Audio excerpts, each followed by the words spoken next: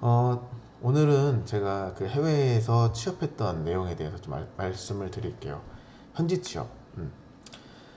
사실 이 컨텐츠를 말씀드리기 전에 사실 질문이 뭐였냐면 한국엔 왜 오셨어요? 라는 질문이었는데 이 앞에 내용을 설명하지 않으면은 요 얘기를 할 수가 없더라고요. 그래서 일단 제가 해외에서 취업했던 내용에 대해서 먼저 말씀을 좀 드리고 나서 다음 컨텐츠에서 이제 어떻게 해서 오게 됐는지에 대해서 말씀드릴게요. 저 같은 경우에는 제가 20살 때 군대를 갔어요. 군대를 가서 군 생활을 좀 하다가 그곳에서 책을 정말 어마어마하게 읽었거든요. 제가 운전병이었는데 운전병은 피곤하면 안 돼요. 그래서 혹시 지금 20살 되신 분들은 그거 아시면 좋을 거예요. 운전병은 피곤하지 않게 이제 신경을 써줍니다. 왜냐면 운전병이 보통 혼자 사고 나서 혼자 죽는 게 아니라 태우고 있는 탑승자와 함께 죽어요. 그래서 군대에서 자살을 제외하고 가장 많이 죽는 사고는 사실은 이제 무슨 폭탄 터져서 죽고 이런 게 아니라 이제 운전 때문에 죽거든요. 그래서 운전병이 피곤해하지 않는 게 굉장히 중요하다. 그래서 군대에서도 운전병에 대한 약간 그런 대우가 사실 좋아요. 그래서 저 같은 경우에는 1일 휴게실을 이제 제공을 받았었는데, 저는 이제 그 군대에서 그 입대를 하면 훈련소에서 자대 배치를 가기 직전에 잠시 머무는 그런 이제 어, 그 대대에서 이제 그 자대로 배치하는 그런 이제 그 운전을 해주는 일을 했었거든요. 근데 그때 제 차에 한 30명쯤 탔던 것 같아요. 그러다 보니까 자대 배치하는 데는 보통 오전이면 끝나요. 혹은 오후면 끝나거나. 그러면은 뭐 일을 시키거나 이러지 않아요. 운전병한테는. 왜냐면 피곤하면 안 되기 때문에. 대신에 운전병이 그 육체적인 거에 대해서 좀 편한 대신에 좀 정신적으로 좀 스트레스는 받습니다. 왜냐면 정신을 똑바로 차리고 있어야 되기 때문에 군기가 세다라는 뭐 그런 얘기가 있더라고요. 모르겠어요. 다른 건 경험해보지 않아서. 근데 어쨌든 그렇고 저 같은 경우 그래서 오후에 배차가 나면 오전에 저한테 휴게실을 따로 이제 주셔가지고 쉴 수 있게끔 해주셨어요. 근데 거기에 TV도 없고 핸드폰은 당연히 없죠. 아무것도 없고 소파랑 책만 있어요. 근데 사방이 책이에요. 사방이. 그래서 처음에는 이제 그냥 가만히 앉아가지고 이제 벽을 이렇게 보고 있었는데 그때 제가 거기 있는 책을 몇 권을 읽었는데 너무 괜찮은 거예요. 책 내용이. 그 중에 한 권은 이제 제가 이제 얘기할 수 없지만 어떤 한 분이 이제 해외에서 있었던 일을 이제 담았던 기록문이었는데 너무 감명을 받아가지고 나도 저렇게 해야겠다. 그러고 전역할 때쯤 돼서 제가 이제 바로 유학을 갔어요. 유학을 갔는데 처음엔 유학을 간 게 아니라 어학연수를 명분으로 갔어요. 그 저희 부모님한테는 필리핀에 한 3개월 정도 이제 연수 갔다 오겠다. 영어 좀 공부하겠다. 이제 그렇게 말씀드리고 떠났어요. 그리고 거기서 정규 유학을 신청을 해버렸어요. 그냥. 그래서 이제 부모님은 얘가 올 때가 됐는데 왜 안 오지? 하셨는데 사실은 저는 이제 대학 준비를 하고 있었고 그 대학을 입학을 한 다음에 이제 부모님한테 말씀드렸죠. 유학하기로 했다. 그렇게 하고 나서 제가 원래는 3개월 있다가 들어가는 거였는데 3개월인가 6개월 있다 들어가는 거였는데 제가 4년 동안 안 갔어요 집을. 4년 동안 집을 안 가고 그리고 이제 현지에서 이제 취업을 하고 이제 그 비자가 나온 상태에서 들어가서 이제 말씀드렸죠. 지금 나 계약을 했고 이렇게 했다 이런 식으로 말씀을 드렸고 그렇게 하고 다시 또 이제 한 일주일인가 썼던 것 같은데 일주일 정도 쉬고 다시 또 나갔어요. 그리고 또 4년인가를 또 안 들어갔어요. 이제 부모님 입장에서는 얘가 잠깐 갔다 온다고 해놓고 이렇게 벌써 10년째 안 들어오네 이렇게 생각하실 수도 있는데 아무튼 이제 저는 유학 시작이 그렇게 됐던 거. 어, 유학에서 좀 말씀드리자면은 미국 쪽으로 가진 않았고 제가 뉴질랜드 쪽으로 갔는데 영영방 같은 경우에는 그 교육 제도가 좀 저희랑 달라요. 그래서 사설의 학원이나 또 학교에서도 학위를 줄 수가 있어요. 이 NZQA라고 하는 뉴질랜드에서 말하는 흔히 우리 쪽에서 생각하기 교육부 같은 거기서 지정한 학교나 사설 학교나 학원에서 학위를 줄 수가 있어요. 학위를 줄 수가 있는데 이제 디플로마라고 하는데요. 그거를 이제 받을 수가 있고 거기서 이제 받으면 이제 그게 레벨 4, 5, 6까지 7도 있는데 뭐 6까지 있다고 치면 5, 6를 받으면 비자를 줘요. 아니 6부터 주나 아무튼 비자를 주는데요. 그게 무슨 비자냐? 잡서치 비자를 줘요. 그곳에서 일을 구해라 라는 뜻이죠. 그러니까 우리나라에서 이렇게 공부를 했으니까 니네가 다시 돌아가지 말고 여기서 어떻게 일을 찾아봐라 라는 의미에서 한 1년짜리 비자를 주는데 혹시 비자를 모르는 분은 없으시겠죠? 비자, 그 나라에서 체류할 수 있는 권한 그걸 주는데 보통 이 영어를 쓰는 나라 같은 경우에는 비자를 발급받는 게 생각보다 까다로워요. 근데 이제 그 학위를 받으면은 1년짜리를 주고 1년 후에 일을 구하고 이 사장이 이 사람이 필요하다라고 하는 인증을 해주면 이 워크 비자로 넘어가요.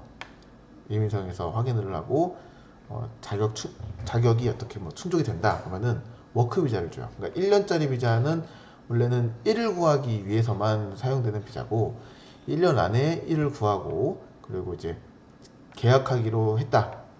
계약을 하게 되면 그 계약 기간만큼 보통 4년 정도 계약 기간만큼 워크 비자를 줘요. 이 계약이 만료가 되면 비자도 같이 만료가 돼요. 근데 저 같은 경우에는 운이 좋아서 사실은 저는 이제 아버지께서 항상 말씀하셨던 게 화이트 컬러를 해야 된다 사람은.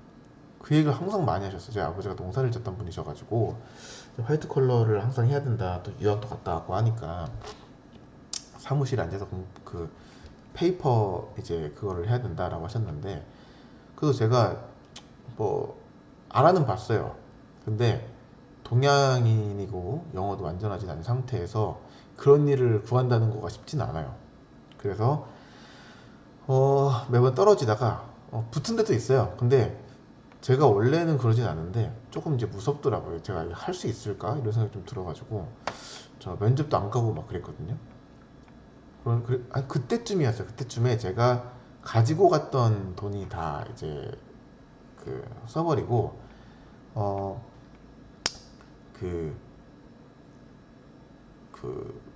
저는 뭐 현금도 없고 아무것도 없으니까 그리고 부모님한테 돈 달라고 해도 그게 송금하면은 바로 되는 게 아니고 며칠 걸려요.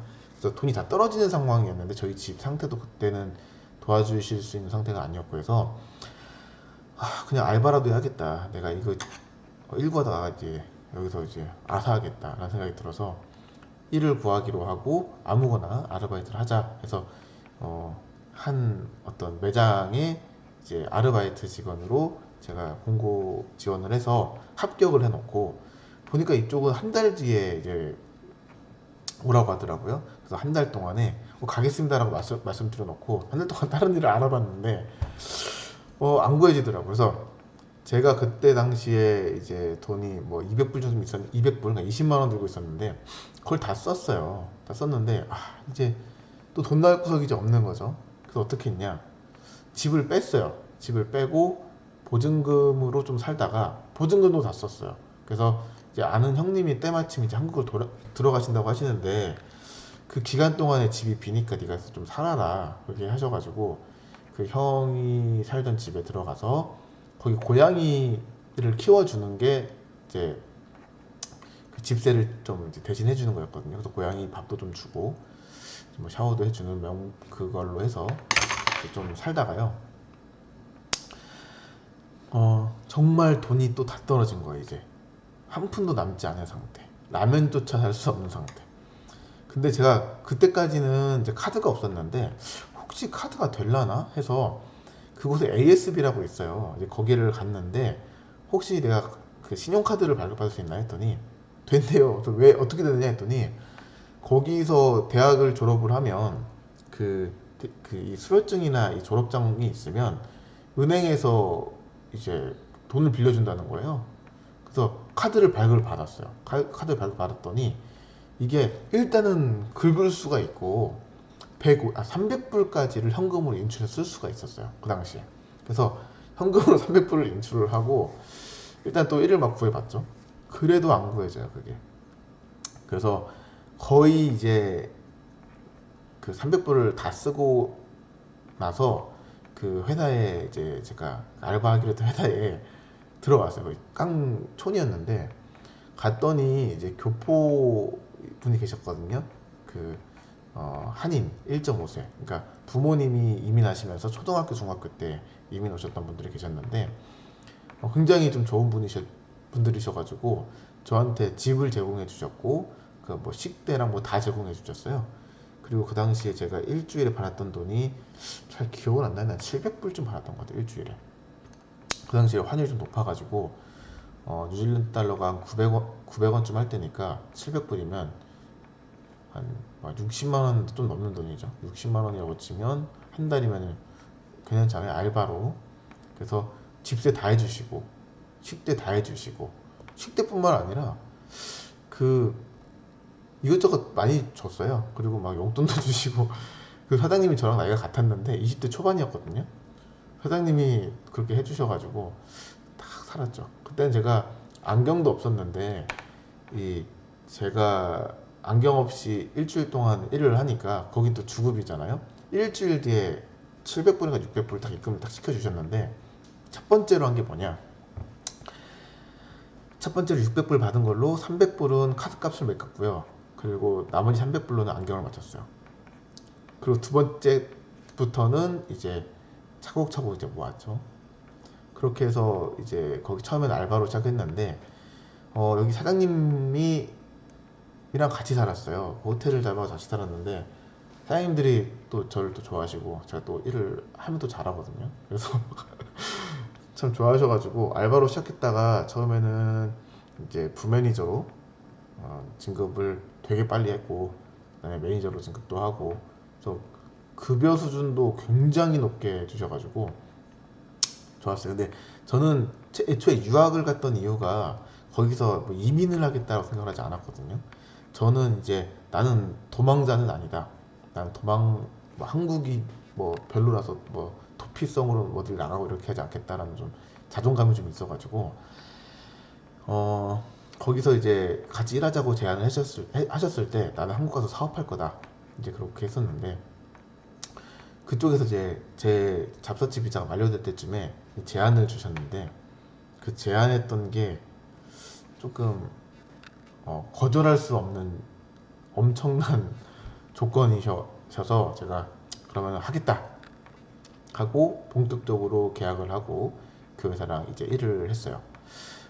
제가 운이 진짜 좋았다라는 생각은 왜 드냐면은 저 말고도 비슷하게 이제 유학하고 취업하고 이렇게 하시는 분들이 있다고 제가 알고 있는데 제가 있었던 일들을 인스타그램이나 네이버에 올리면 제 얘기가 거짓말인 것처럼 막 이렇게 저 거짓말이다 가면은 한국인들 비자도 잘 안 해주고 뭐 이렇게 한다 하는데 말씀드렸지만 제가 운이 좋은 편이기도 하고 그거는 아마 이 영상 볼 수도 있잖아요. 사장님이랑 거기 매니저 형이 그러면 전 증인도 있고 그래서 저는 나쁘지 않았어요. 그래서 좋았는데 여러 가지 좀 개인적인 상황도 좀 있었고 그리고 좀 말 못할 얘기도 좀 있어요 중간에. 그래서 퇴사를 하게 됐죠. 퇴사를 하게 됐는데 저는 좀 자신이 있었어요. 내가 뭘 하든 간에 좀 성공할 자신이 좀 있다.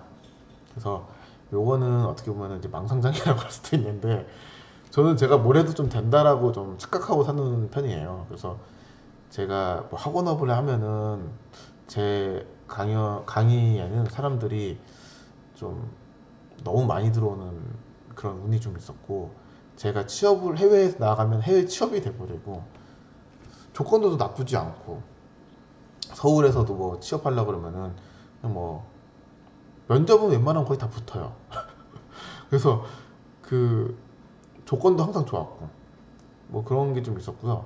그리고 제가 블로그랑 인스타그램을 하겠다고 마음 먹고 나서 한 1년도 안 돼가지고 이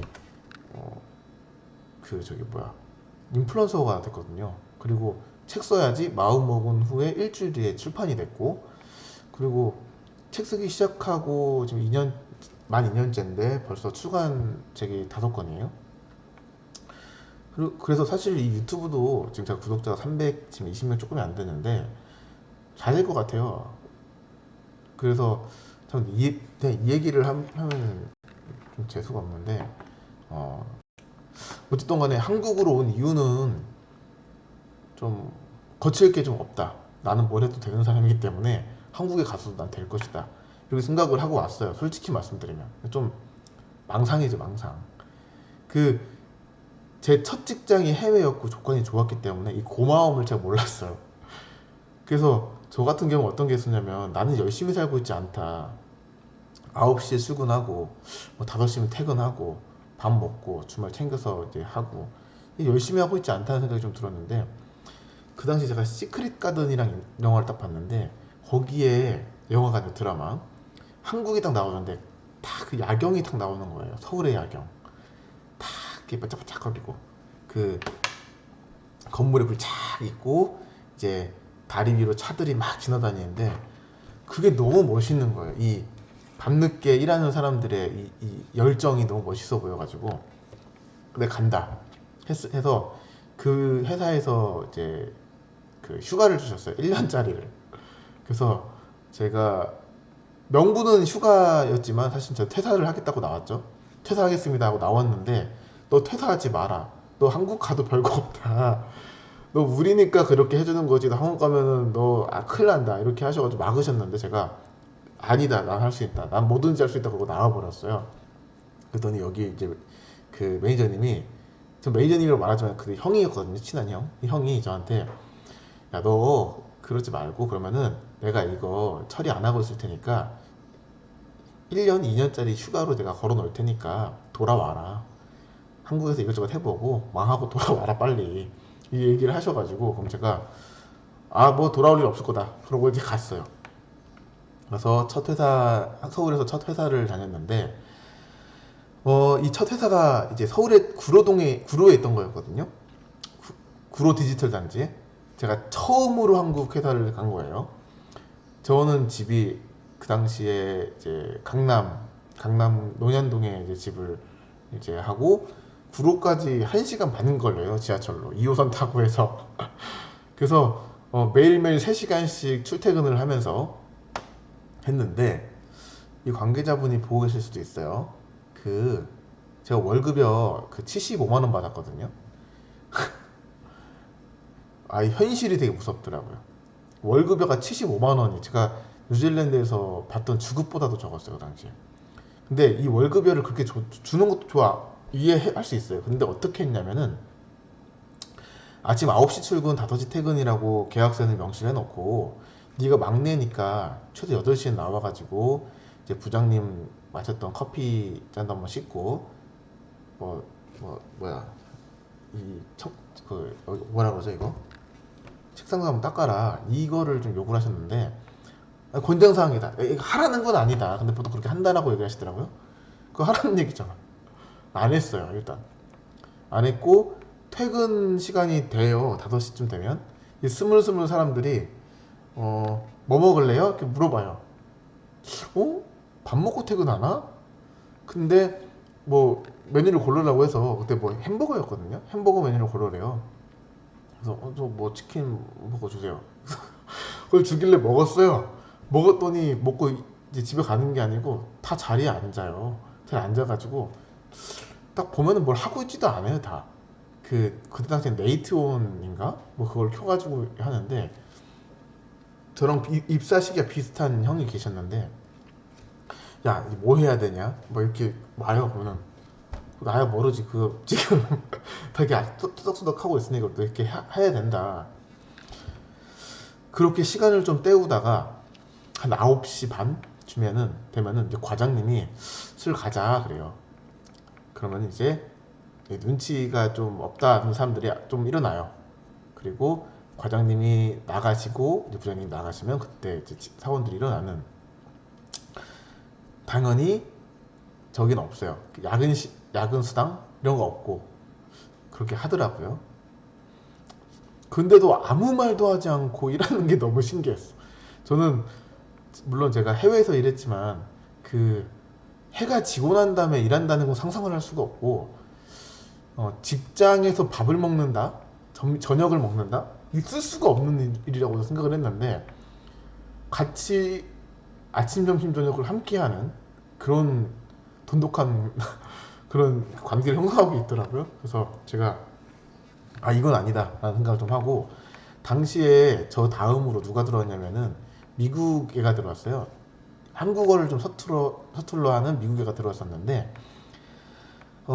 이 미국 애가 영어로 말하는 게 편하다 보니까 이 직장 내에서 대화할 사람이 없는 거예요. 그래서 저한테 영어로 이제 얘기를 하고, 저도 가끔 영어로 얘기하고 한국어로도 하고 이렇게 했는데, 이러다 보니까 좀 친해졌는데, 그때가 제가 입사하고 난 지 며칠 안 됐을 때였거든요. 근데 얘가 이 동생이었는데 이 동생이 너무 이해가 안 되는 게 많다 그래요. 나도 이해가 안 되는 게 많다. 근데 저희가 결론을 졌어요. 이게 제 기억이 좀 잘못될 수도 있는데, 우리는 해외파라고 하는 어떤 그 이름이 있으니 눈치가 없어도 이해를 하더라, 이런 결론이 됐고, 다른 사람들은 그냥 앉아서 일을 하는데 저희는 그냥 일어나서 나왔어요. 이렇게 하면 뭐 사회성이 없다고 생각할 수 있는데, 저는 이해를 할 수가 없어요. 할 일도 없는데 앉아 있는 거, 뭐 돈도 주는 것도 아닌데.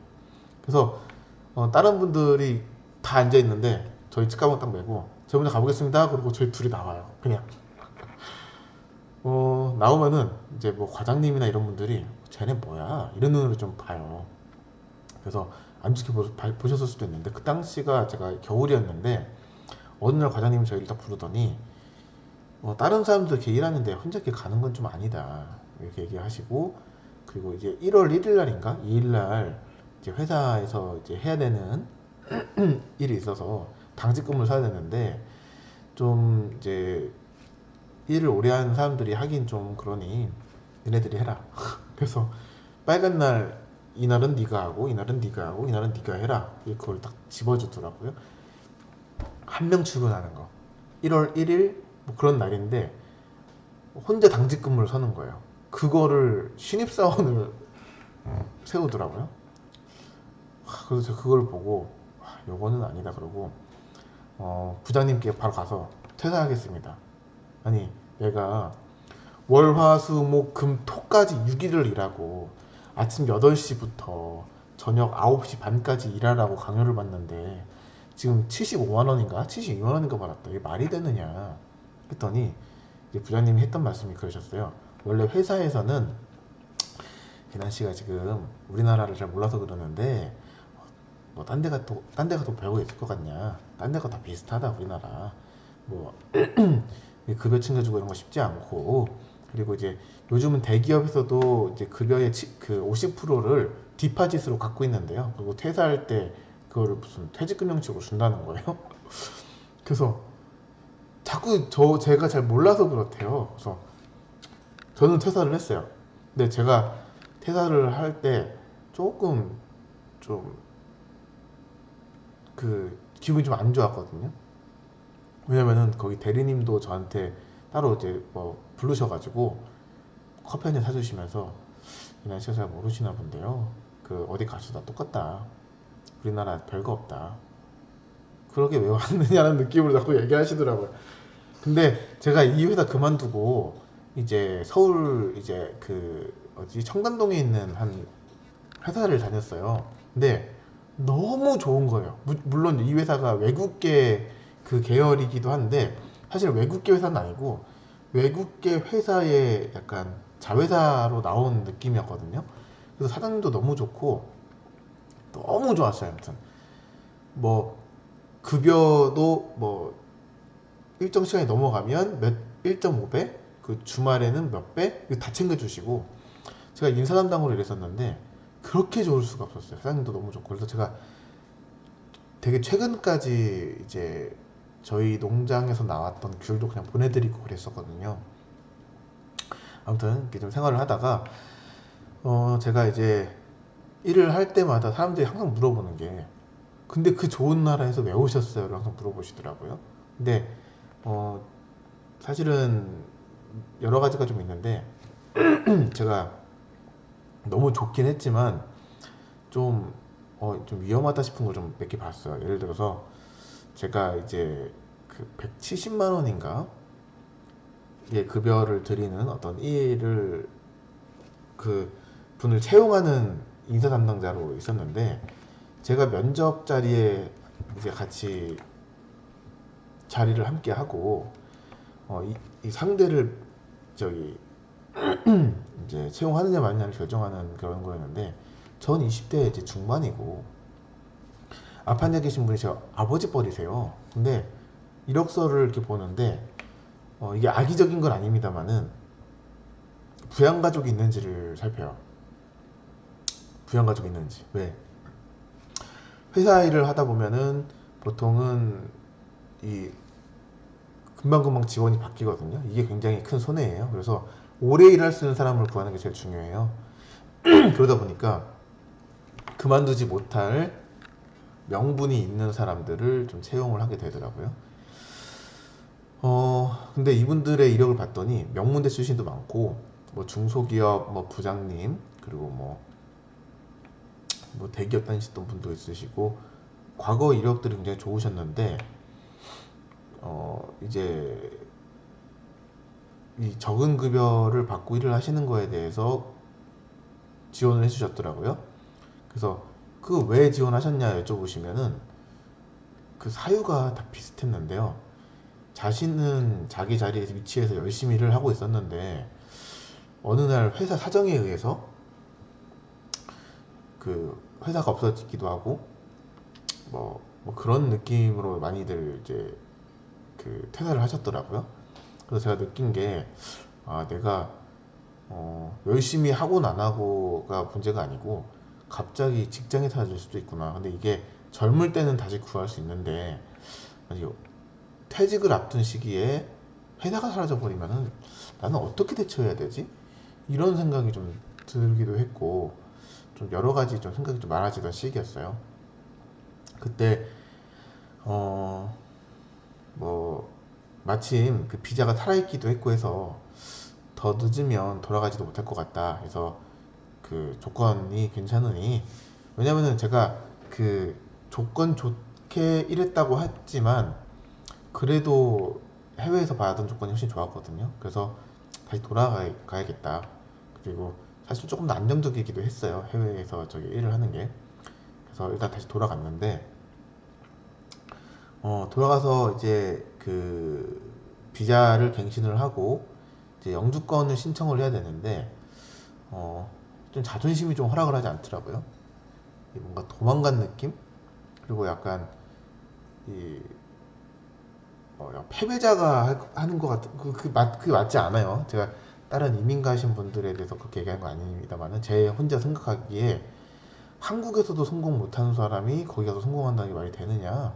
그래서 내가 한국에서 실패해서 가는 느낌이라는 느낌이 너무 강한 거예요. 그래서 나는 어디 가서도 할 수 있는 사람인데 내가 왜 여기 영주권을 받아야 되지? 이런 고민을 좀 했어요. 그래서 그거를 계속 안 받고 하다가 이게 비자 연장하는 것에도 문제가 좀 생기고 그리고 제가 나중에 이제 거기서 오래 생활하게 되면 이제 좀 불편한 것도 좀 있고 해서 신청을 해야겠다라는 마음을 좀 먹었는데요. 그렇게 하면서 제가 좀 질렸어요. 또 지루하기도 하고 뉴질랜드가 그런 것도 좀 있었고 그 결정적으로는 제가 여기 말씀드리지 못할 개인적인 사정 때문에 이제 일을 그만두고 한국으로 이제 가게 됐죠. 가게 됐는데 올 때도 사실은 좀 자신이 있었어요. 난 뭘 해도 된다. 그래서 뭐 왜 왔느냐 그러면은 저는 지금은 그렇게 생각하지 않는데 그 당시에는 거기 있나 여기 있나는 중요하지 않다. 약간 그런 마인드라 가지고 사실은 왔죠. 그리고 뭐 근본적인 이유는 따로 있습니다만 그건 좀 말씀드리기 좀 그래요. 그런 이유로 제가 한국으로 왔습니다. 그래서 사람들은 그걸 되게 많이 물어봐요. 딱 두 종류가 있는데 하나는 그 좋은 데서 왜 이런 데로 오느냐 이런 부류가 하나 있고 다른 하나는 거봐.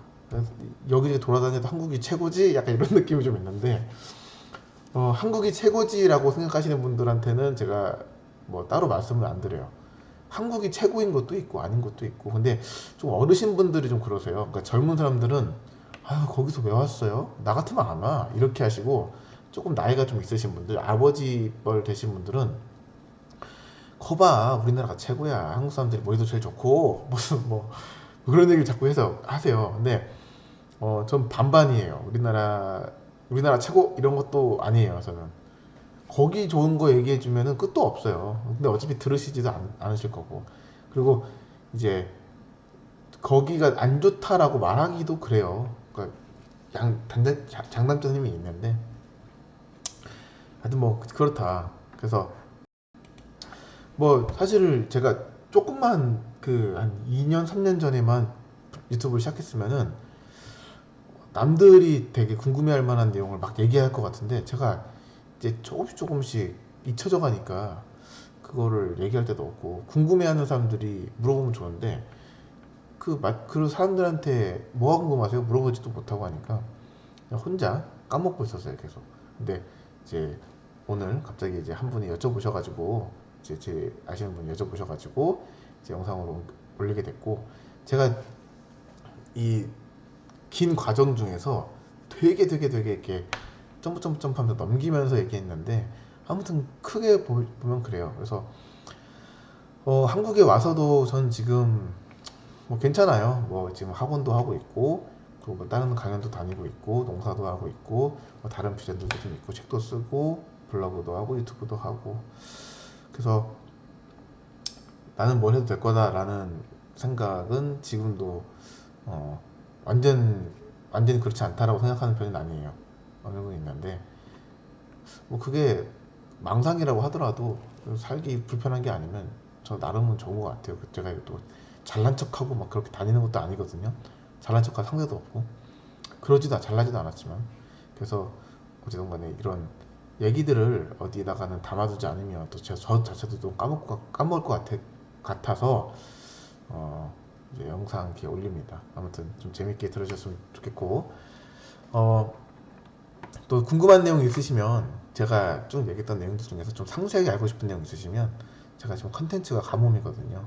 알려드릴 테니까 이제 댓글로 남겨주시면은 감사하겠습니다. 그럼 영상 여기까지 올리겠습니다.